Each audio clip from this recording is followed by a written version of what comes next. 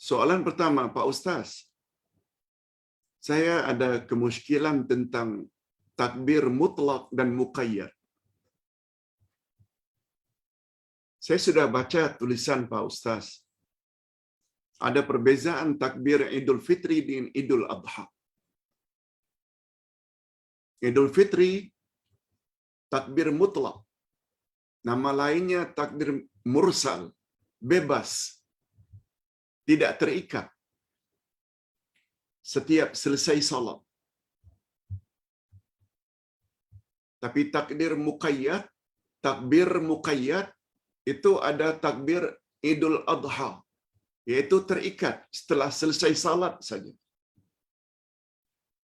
Malah setengah ulama menambah, bukan setelah selesai salat fardu saja, setelah selesai salat sunat, setelah salat duha, setelah salat tahajud, witir, boleh kita bertakbir. Itu namanya takbir muqayyad. Muqayyad maknanya terikat, terbatas.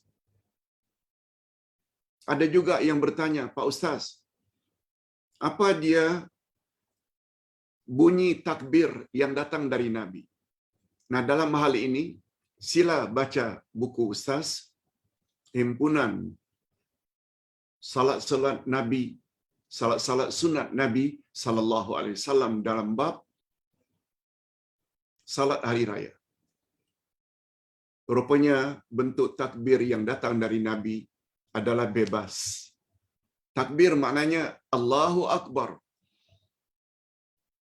Apa yang kita baca selama ini? Allahu Akbar, Allahu Akbar, Allahu Akbar. La ilaha illallah wallahu akbar. Allahu akbar walillahil hamd. Boleh kekalkan. Kalau ada pun sedikit-sedikit berbeza, no problem.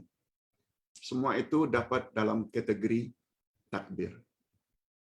Istilah dalam ilmu fiqh, dalamnya ada sa'ah. Sa'ah maknanya ada keluasan. Nah, kembali kepada pertanyaan takbir mutlak dan takbir muqayyad. Adakah istilah untuk yang lain, Pak Ustaz? Ada. Cuma Ustaz tidak sebut sebab topik yang Ustaz tulis itu perbezaan takbir Idul Fitri dan Idul Adha. Tetapi pada 10 Zulhijjah yang pertama,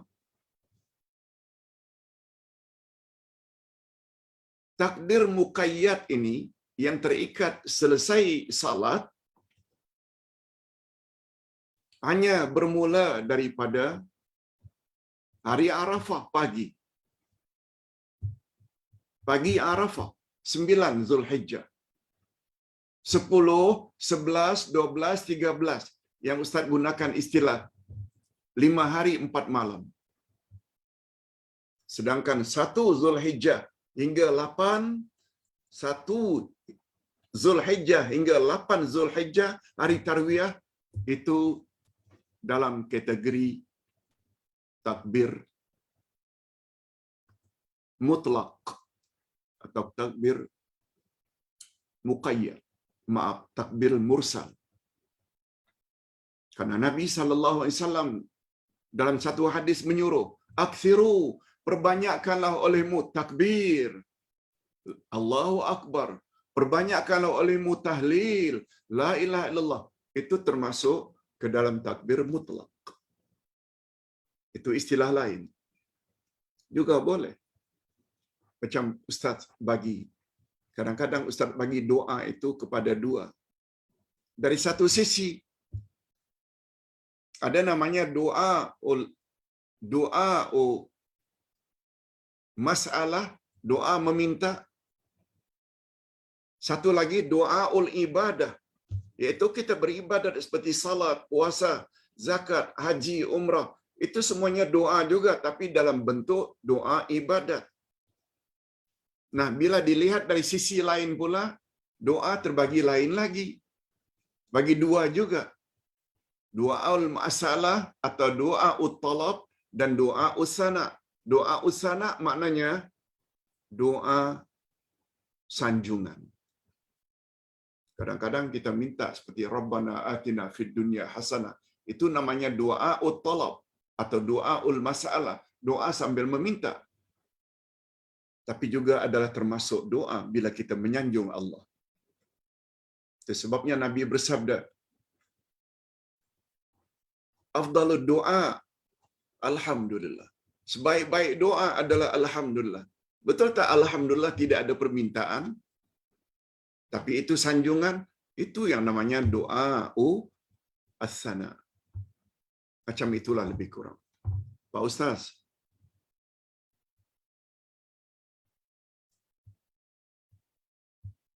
Pertanyaan yang kedua.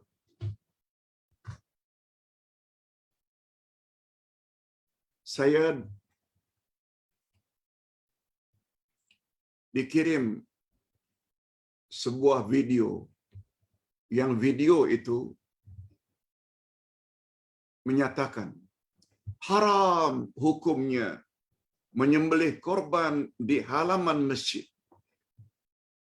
Haram hukumnya menggunakan barang-barang yang ada di masjid untuk tujuan korban.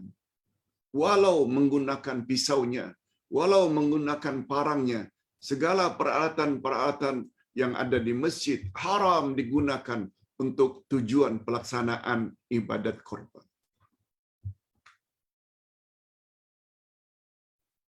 Satu ceramah dari ustaz yang berasal dari Indonesia. Ustaz dikirim beberapa jemaah, sama ada dari Malaysia atau dari Indonesia, tentang video ini. Yang kesimpulannya, haram hukumnya membuat korban di halaman masjid atau menggunakan barangan-barangan yang ada dalam masjid. Jawaban singkat Ustaz, pandangan tersebut keterlaluan. Terlalu keras. Kerjanya haram-haram tanpa membawa sedikit pun dalil. Dakwah-dakwah seperti inilah yang membuat orang akhirnya benci. Kurang bijak dalam penyampaian. Tanpa membawa dalil. Hadirin dan hadirat, Ustaz padakan sampai di sini dulu. Minta maaf. Ustaz terpaksa patuh dengan kepakaran doktor yang menasihati Ustaz, kalau boleh jangan lebih dari 1 jam kalau bercakap. Alhamdulillah.